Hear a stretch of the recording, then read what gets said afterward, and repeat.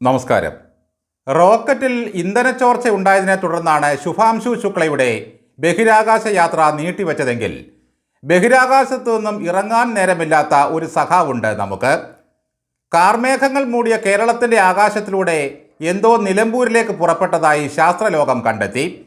ചിലപ്പോഴൊക്കെ തെളിഞ്ഞ മാനത്ത് ഒരു കുന്തമുന പ്രത്യക്ഷപ്പെട്ടു. അതോടെ നാസ ഉറപ്പിച്ചു ഡബിൾ റഹീം കുന്തത്തിൽ കയറി പോകുന്നതാണെന്ന്.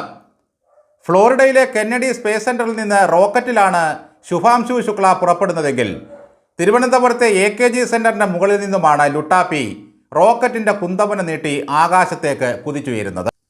ശുക്ലയ്ക്കൊപ്പം ഹംഗറി, US, പോളണ്ട് എന്നീ രാജ്യങ്ങളിൽ നിന്നുള്ള 3 യാത്രികരാണ് ഉള്ളതെങ്കിൽ ലുട്ടാപ്പിയുടെ കുന്തത്തിലുമുണ്ട് മറ്റു 3 യാത്രക്കാർ. അവരും AKG സെൻ്ററിൽ നിന്നും കയറുന്നവരാണ്. വസീഫ്, സനോജ്, JK എന്നിവരാണ് ആ സഹയാത്രികർ. ഡ്രാഗൺ C213 ആണ് ശുക്ലയുടെ പേടകത്തിൻ്റെ നമ്പരെങ്കിൽ റഹീമിൻ്റെ കുന്തത്തിൻ്റെ പേര് CPM 300 എന്നാണ്. ഏത് പ്രതികൂല കാലാവസ്ഥയിലും ലക്ഷ്യസ്ഥാനത്ത് എത്തുമെന്നതാണ് ഈ കുന്തത്തിൻ്റെ പ്രത്യേകത. DYFI പ്രവർത്തകരെ അണിനിരത്തിയുള്ള വലിയ സമരത്തിന് ആഹ്വാനം ചെയ്ത ശേഷമാണ് ഡൽഹിയിൽ നിന്നും റഹീമിക്ക നിലമ്പൂരിലേക്ക് പോകുന്നത്. തൊഴിലാളികളെ ചൂഷണം ചെയ്യുന്നതിനെതിരെയും പ്രതിഷേധം ഉയരുമത്രേ. ആ ഭാഗം കേട്ടപ്പോൾ ആശമാർ ഒന്നിളകിയിരുന്നു. അപ്പോഴീ കേരളത്തിൽ നിന്ന് ഗോവിന്ദൻ പുലമ്പുന്ന തൊഴിലവസരങ്ങളൊക്കെ ഏത് പോർട്ടിൽ കൊണ്ടുവച്ചു? 20 ലക്ഷം തൊഴിലവസരങ്ങൾ വഴിയിലിരിക്കുന്നു എന്നാണ് അദ്ദേഹം പറഞ്ഞത്. റഹീം നിലമ്പൂരിലെത്തി പോത്തുകല്ലിൽ ചെന്ന് കുന്തം പാർക്ക് ചെയ്തതിൻ്റെ പിറ്റേന്ന് രാത്രി എന്തെങ്കിലും ഒപ്പിക്കുമെന്ന് ഷാഫിക്കും രാഹുലിനും അറിയാമായിരുന്നു. അവർ ജട്ടികളൊക്കെ പെട്ടിയിൽ അടുക്കി വെച്ച് നേരത്തെയെല്ലാം സെറ്റ് ചെയ്തു വെച്ചു. റഹീം രഹസ്യാന്വേഷണത്തിന് ആളെ വിട്ടതറിഞ്ഞ് കൂരാപ്പ് നോക്കി അവർ രണ്ടുപേരും കാർ എടുത്ത് ഒരു കറക്കം. പ്രതീക്ഷിച്ചതുപോലെ തന്നെ സംഭവിച്ചു. ജട്ടി നിറച്ച പെട്ടിയും ഡിക്കിയിലാക്കി അതാ അവർ വരുന്നുണ്ട്. ലക്ഷങ്ങൾ പെട്ടിയിലാക്കി ഉള്ള വരവാണത്. സന്ദേശം ഉടൻ പാഞ്ഞു. അതോടെ ഉദ്യോഗസ്ഥർ ചാടി വീണു. പെട്ടിയെല്ലാം എടുത്ത് റോഡിൽ വെച്ചതോടെ ഇനിയും പൊയ്ക്കൊള്ളാൻ പറഞ്ഞു. എന്നാൽ സകലതും എണ്ണി പരിശോധിച്ചിട്ട് നീയൊക്കെ പോയാൽ മതിയെന്നായി ഷാഫി.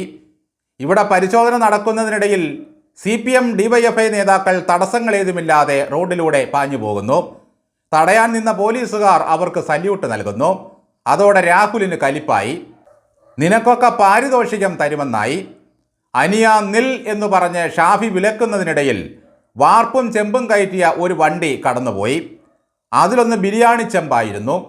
തൊട്ടു പിന്നാലെ അതാ കൈതോലപ്പായ വിൽക്കുന്നവരുടെ വേഷത്തിൽ തെറുത്ത് കെട്ടി മറ്റൊരു കൂട്ടം പോകുന്നു. അതൊന്നും പോലീസും ഉദ്യോഗസ്ഥരും പരിശോധിക്കുന്നില്ല. രാത്രി ഏതു നിമിഷവും പരിശോധന ഉണ്ടെന്നറിയാവുന്ന കോൺഗ്രസ് നേതാക്കൾ കാലിപ്പെട്ടികളുമായി കാലിച്ചായ കുടിച്ച് ഓരോ ഹോട്ടലുകളിൽ കഴിയുകയാണ്. ഞങ്ങൾ സകലരെയും പരിശോധിക്കുമെന്ന് നാട്ടുകാരെ അറിയിച്ചുകൊണ്ട് അരിവാൾ ചുറ്റിക പതിച്ചു വന്ന ഒരു കാർ ഉദ്യോഗസ്ഥർ തടഞ്ഞു നിർത്തി. MP എന്ന കടലാസെഴുത്തും അരിവാളും അതിലുണ്ടായിരുന്നു. അത് K രാധാകൃഷ്ണൻ്റെ വാഹനമായിരുന്നു.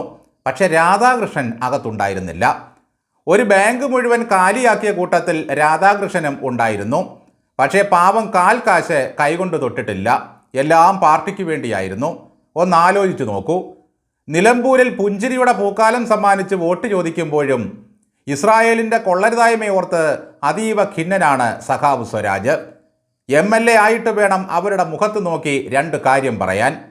ബേബി സാർ പലവട്ടം പറഞ്ഞു നോക്കിയിട്ടും നെതന്യാഹു കേൾക്കുന്ന ലക്ഷണമല്ല. P രാജീവിൻ്റെ ഭാര്യയെ ഫാക്കൽറ്റിയായി ഇസ്രായേലിലേക്ക് അയക്കാതെ ആ രാജ്യത്തെ ശ്വാസം മുട്ടിക്കാനാണ് ഇനി പാർട്ടി ശ്രമിക്കുന്നത്. എന്തായാലും ഡബിൾ റഹീം നിലമ്പൂരിൽ കാലുകുത്തിയതോടെ കളമൊന്ന് ഉണർന്നിരിക്കുകയാണ്. സരിൻ ബ്രോയെ ഒന്ന് കണ്ടു കിട്ടിയിരുന്നെങ്കിൽ അറിയാമായിരുന്നു ആദ്യ 8 റൗണ്ടുകളിലെ ലീഡുനില. പിന്നീടുള്ള റൗണ്ടിനെയാണ് നമ്മൾ സ്വരാജ് റൗണ്ട് എന്ന് പറയുക. ആ വൃത്തത്തിലൂടെ അവസാനം ഒരോട്ടമുണ്ട്. നന്ദി.